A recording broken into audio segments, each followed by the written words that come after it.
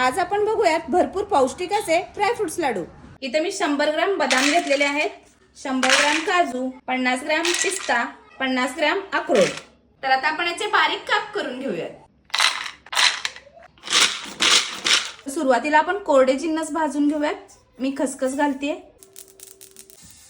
50 ग्राम तीळ भाजून घेऊयात। त्यानंतर 100 ग्राम सुकं खोबरं,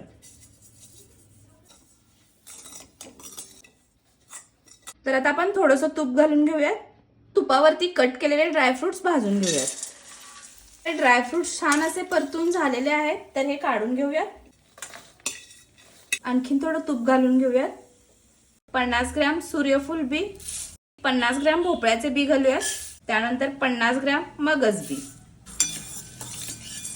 तर बिया भाजलेल्या आहेत, ह्या काढून घेऊयात।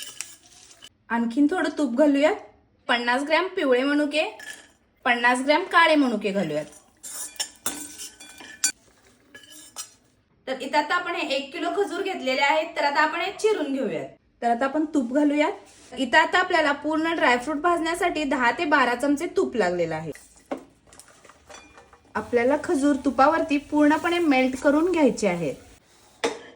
तर आता आपण हे एकजीव होईपर्यंत मळून घेऊयात। तुम्हाला हव्या त्या साईजचे लाडू तुम्ही मळू शकता। तर अशा पद्धतीने आपण सर्व लाडू मळून घेऊयात। तर आता आपण याला सिल्वर पेपर लावून घेऊयात।